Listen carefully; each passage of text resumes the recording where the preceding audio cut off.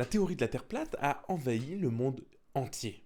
Littéralement. Des millions de vues, des communautés entières, des conférences internationales. Et pourtant, tout le monde sait que c'est faux. Alors pourquoi ça marche aussi bien?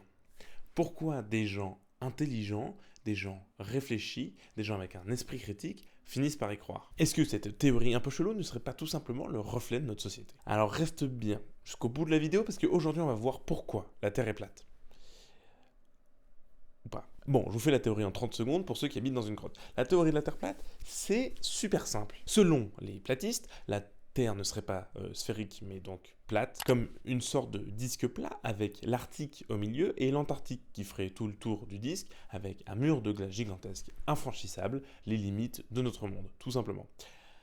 Rien que ça. La Lune et le Soleil seraient simplement deux spots nous tournant au-dessus de la tête, et globalement, voilà. Ah oui, et la gravité n'existerait pas, et les photos des agences spatiales, pour que ce soit les missions Apollo ou même les missions beaucoup plus récentes, ne seraient que des photomontages, des grands mensonges, quoi. Bon, alors il faut savoir quand même que cette théorie remonte à plusieurs millénaires, parce que de base, on pensait que oui, la Terre était plate. Mais on a vite compris que non, mais depuis quelques décennies, la théorie de la Terre plate revient en force. Bon, il faut commencer par être honnête, elle est sphérique. Voilà. Merci d'avoir suivi cette vidéo. Non, plus sérieusement, la méfiance envers les institutions, elle est carrément légitime. Car le point de départ de la théorie, il est là en fait, c'est la méfiance envers les institutions.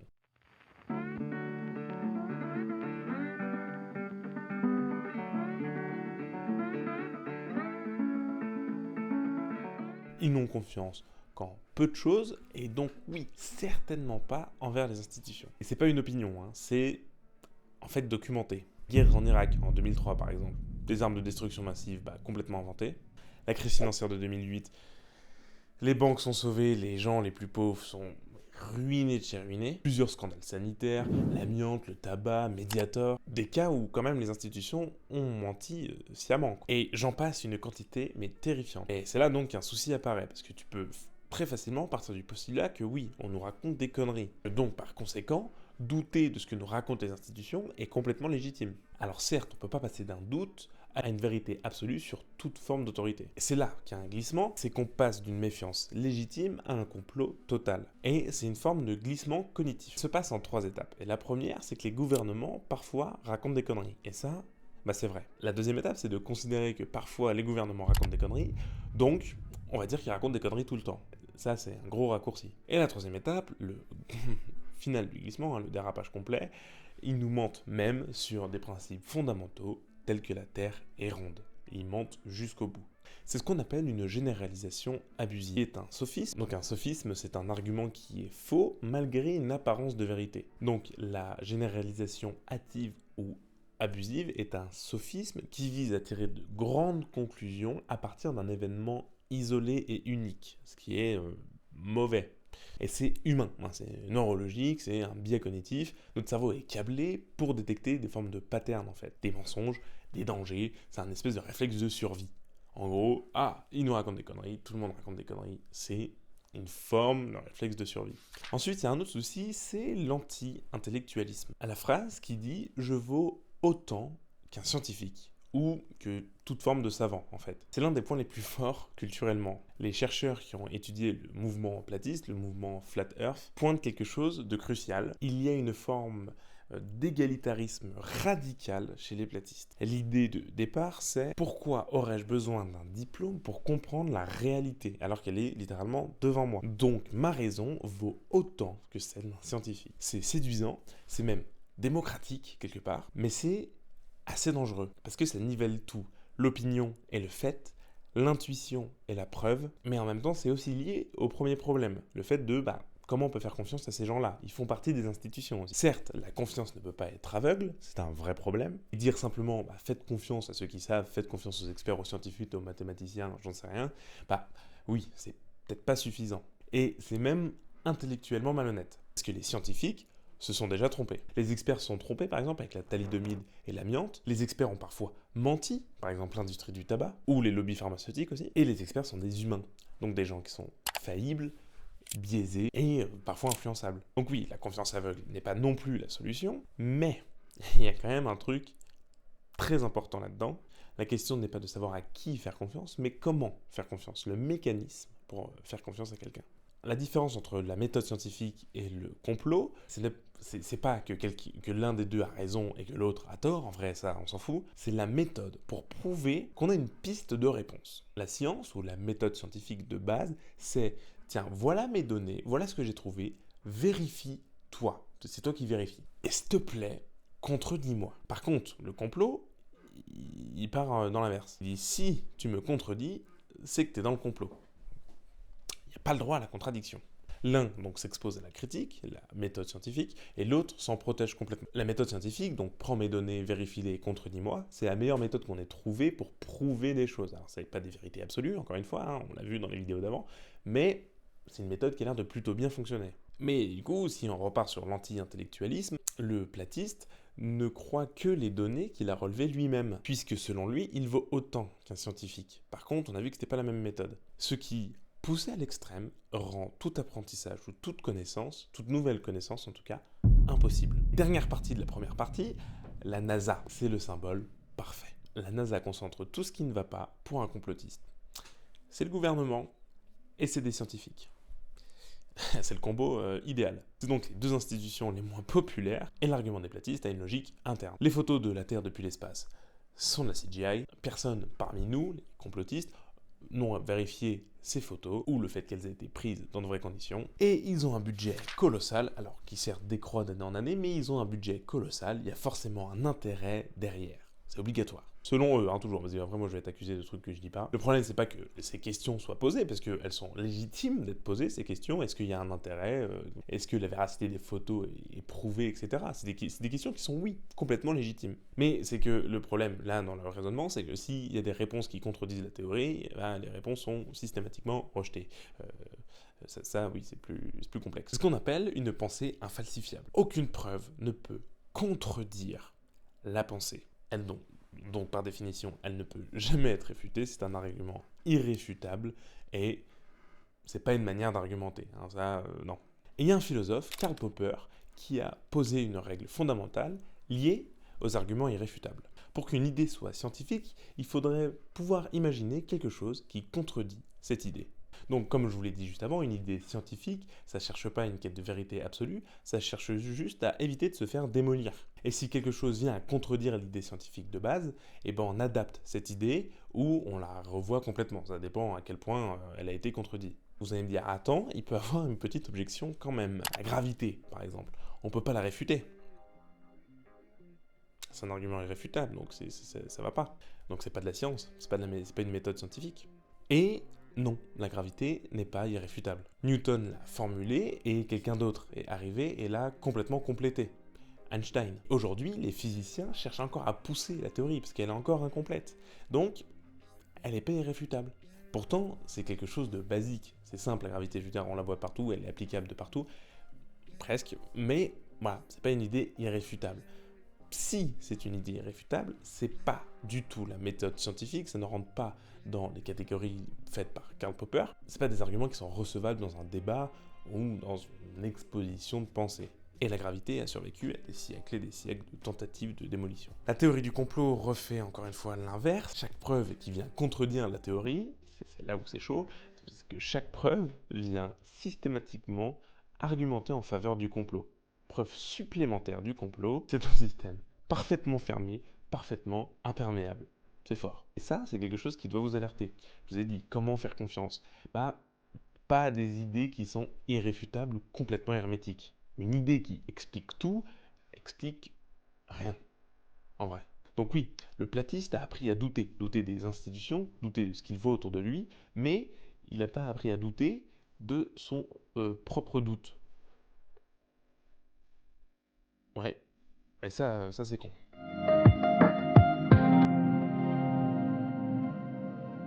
La plupart des gens pensent que les platistes restent dans leur coin parce qu'ils se confortent tous dans leurs arguments. Alors c'est sûr qu'il y a en partie de ça, mais la majorité y reste pour une raison bien plus humaine.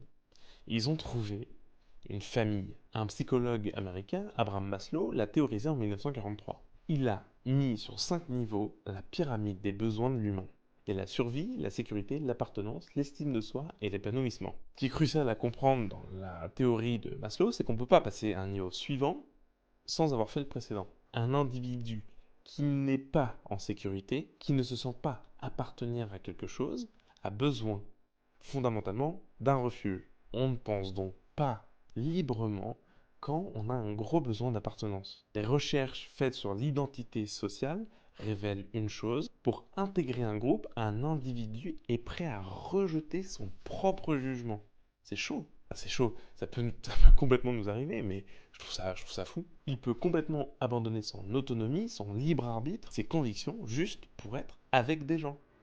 C'est ce qu'on voit typiquement dans des sectes. C'est un truc de fou. C'est pas un truc de lâche, de mec qui sait pas trop où se mettre et tout. Non, c'est juste un réflexe humain. C'est genre un besoin fondamental. Henri Tachfel, un psychologue britannique, il a montré dans les années 70 que les êtres humains se définissent massivement grâce à leur appartenance à un groupe. Et une fois dans ce groupe, ils ont tendance à faire 3 choses pas ouf: survaloriser leur propre groupe, diaboliser les autres, les sheeple, enfin les moutons pour les platistes, et rejeter toute information qui menace la cohésion du groupe. Et c'est encore un biais psychologique, c'est le biais de confirmation. On ne cherche plus la vérité, on cherche à confirmer ce qu'on pense déjà. C'est un biais cognitif qui est hyper connu, l'effet Dunning-Kruger par exemple, et c'est partout, et c'est encore une fois très humain. Des chercheurs ont interviewé d'anciens platistes et ont essayé de savoir pourquoi ils sont partis du groupe. Majoritairement, c'est pas parce qu'on leur a montré qu'ils avaient tort, c'est parce qu'un lien social s'est brisé au sein du groupe. Donc c'est bien qu'il y a un besoin d'appartenance fondamental. Quand la société mainstream, enfin nous, on leur offre pas ce dont ils ont besoin, ces gens-là vont aller chercher ailleurs, au bout de la Terre, d'une Terre plate. Et la dernière partie, c'est le vecteur de tout ça. Avant Internet, un platiste, un flat earther, parlait dans son coin, ou avec des gens autour de lui, des fois à des repas de famille, peut-être que ça le regardait bizarrement, mais c'était très localisé. Aujourd'hui, ce même mec, en 30 secondes, il trouve 10 000 personnes à qui exposer son idée. Chaque plateforme, YouTube, TikTok, Insta, X, gouvernée par un algorithme bêtement simple, de garder le plus longtemps possible sur cette plateforme. Pour ça, il t'analyse constamment, il regarde ce sur quoi tu cliques, ce qui te fait réagir, et il t'envoie ça tout le temps, parce qu'ils veulent te garder. Une étude publiée en février 2026 dans la revue Nature, quand même, menée par l'économiste Ekaterina Zuravskaya, je suis pas sûr de bien le prononcer, mais voilà, je vous écris son nom. Donc elle et ses collègues ont démontré que l'algorithme de X modifie durablement l'opinion de ses utilisateurs. C'est chaud. Et que même en désactivant l'algorithme, en supprimant l'appli, il n'y a pas forcément de retour en arrière. Donc l'algorithme ne te montre pas le monde tel qu'il est, il te montre le monde pour te garder accro. Il te montre ce que tu as envie de voir en fait. Et donc, vu qu'ils sont programmés non pas pour favoriser la vérité, mais pour favoriser l'engagement, à votre avis, qu'est-ce qui génère le plus d'engagement, justement, sur ces algorithmes? Il y a encore 3 points: la surprise, la colère et le sentiment d'être dans le secret. Et les théories du complot, comme la Terre plate, bon, il y en a plein, mais comme la Terre plate, coche ces 3 cases. Une vidéo sur YouTube qui dit que la Terre est ronde va générer pas un grand intérêt de fou. Une vidéo intitulée « La NASA vous ment depuis 50 ans », les gens vont être un peu plus curieux et ils vont aller voir ce qui se passe. Ça va générer des vues par centaines de milliers, des commentaires par milliers, un engagement de fou, des débats sans fin, et c'est lancé. L'algorithme voit ça, il se dit « Oh, ça marche », il leur répond à tout le monde, sans forcément analyser ce qui est dit en profondeur dans la vidéo, il ne va pas chercher la vérité du propos. Donc l'algorithme propulse la vidéo, ça fait des centaines de milliers de vues, voire des millions, pas comme mes vidéos. Alors que moi je détiens la vérité absolue. Plus sérieusement, il y a un truc encore plus insidieux, c'est la bulle algorithmique. En fait, l'algorithme construit autour de toi un environnement informationnel parfaitement fait sur mesure, qui te correspond à 100%. Tu vois donc de moins en moins de contenus qui contredisent les premiers contenus, tu vois donc de moins en moins de points de vue différents, et de plus en plus de contenus qui confirment ce que tu penses déjà. On retourne sur le biais de confirmation. Les algorithmes donc des réseaux sociaux permettent une personnalisation très fine, et en plus à très grande échelle, qui est formidable pour trouver des recettes de cuisine, apprendre à jouer de la guitare, du piano, tout ce que tu veux, mais quand c'est appliqué à des théories du complot, c'est juste une chambre d'écho où tout le monde répète la même chose, tu ne cherches plus du tout l'info, c'est elle qui te cherche quelque part, et elle sait exactement sur quel bouton appuyer pour que ça marche avec toi. Et donc comme je l'ai dit juste avant, on retourne donc encore une fois dans des biais de confirmation, ça va encore plus te conforter dans tes idées, et là c'est un peu la fin des haricots quoi. En 2018, le créateur même de YouTube a dit que 70% des contenus que vous regardez sont suggérés par l'algorithme. Donc 70% des vidéos que les gens regardent sont choisies pour vous, pas par vous, pour vous. C'est fort parce que c'est la plateforme elle-même. Elle avoue, c'est pas des chercheurs, non, c'est la plateforme qui dit ça. Alors en conclusion, est-ce que la Terre est plate? Non, bah non. Ils êtes cons quoi. C'est le mec qui a compris tout ce qu'il vient de dire. La Terre semble être ronde. C'est mesurable, c'est observable en plus, vérifiable, démontrable. Des photos existent, des calculs existent, les satellites ont l'air d'exister. Mais vous savez quoi? Eh ben en fait on s'en fout. C'est pas du tout la bonne question. La vraie question c'est pourquoi des millions de personnes croient encore que c'est faux. Et là, la réponse est beaucoup plus inconfortable, comme d'hab à la fin de mes vidéos. Pour résumer, on a vu 3 choses dans cette vidéo. En premier, les théories du complot doivent répondre à un besoin humain fondamental, la quête de vérité. Avoir des réponses, donner un sens à ce qu'on voit. Dans un monde qui en plus semble chaotique et assez injuste. 2, l'appartement à une communauté est juste le truc le plus puissant. Il n'y a pas plus. Les gens ne croient pas forcément à la Terre plate, ils appartiennent au mouvement Flat Earth. Et en 3, les algorithmes ont modifié cette pensée marginale comme quelque chose de méga viral. Encore une fois, pas parce qu'elles sont vraies, mais parce que ça fait cliquer. C'est pas du tout un problème de QI, c'est pas des gens qui sont cons, qui savent pas réfléchir ou j'en sais rien. Non, pas du tout. Il y a sûrement des gens bien plus intelligents que vous, que moi, qui font partie de ces mouvements de pensée-là. C'est une question de société, encore une fois. On arrive sur le miroir, vous commencez à connaître la fin des vidéos. Avant de juger un platiste, j'ai été le premier à le faire, mais je pense que je le serai encore. Mais avant de juger un platiste, on va essayer de se poser une question honnête. Vous, ou moi d'ailleurs, est-ce qu'on a déjà montré ou parlé d'une information, ou diffusé une information qu'on n'a pas vérifiée? Oui. C'est sûr. Est-ce qu'on a déjà cliqué sur un titre qui confirmait notre pensée? Oui, c'est sûr. Est-ce qu'on a déjà ignoré une étude qui contredisait ce qu'on pensait? Oui, on est des flat earth. La Terre est plate. On n'en sait rien, mais la différence entre nous et un platiste, ça se trouve, c'est juste l'algorithme qu'on a eu au bon moment. C'est tout. Donc le problème, c'est pas la Terre plate. C'est le terrain fertile sur lequel elle peut pousser, cette Terre plate. Et ce terrain, c'est nous. Donc la Terre est plate. J'ai dû sauter un paragraphe. Plus sérieusement, si cette vidéo vous a fait réfléchir sur comment on devrait réfléchir, donc pas sur la Terre plate, mais réfléchir sur vous-même, alors elle a atteint son but. Et ça c'est cool. Et j'ai kiffé écrire ça parce que ça m'a permis aussi de me remettre grave en question sur comment on trie les infos et comment on parle de ce dont on a envie de parler sans raconter un max de conneries. Et j'en ai déjà raconté des conneries, c'est sûr et certain. Si on cherche dans mes vidéos, c'est à 100% sûr que j'ai déjà raconté une connerie. En tout cas, n'hésitez pas à partager cette vidéo, pas pour montrer que vous avez raison parce que vous pensez que la Terre est ronde et que tout le monde devrait penser ça parce que sinon vous n'avez pas compris la vidéo, mais partagez cette vidéo pour que quelqu'un d'autre se pose aussi les bonnes questions, pour qu'on se pose tous les bonnes questions, qu'on ait un meilleur esprit critique global et on en débattra en commentaire. Moi j'aime trop ça. En attendant, j'espère que cette vidéo vous a plu, je vous l'ai déjà dit 1000 fois. N'hésitez pas à vous abonner, à liker, à commenter si ça vous dit. Et moi, je vous dis à la prochaine. D'ici là, portez-vous bien. Moi, je vous dis à plus. Et ciao tout le monde. La Terre est plate, de toute façon.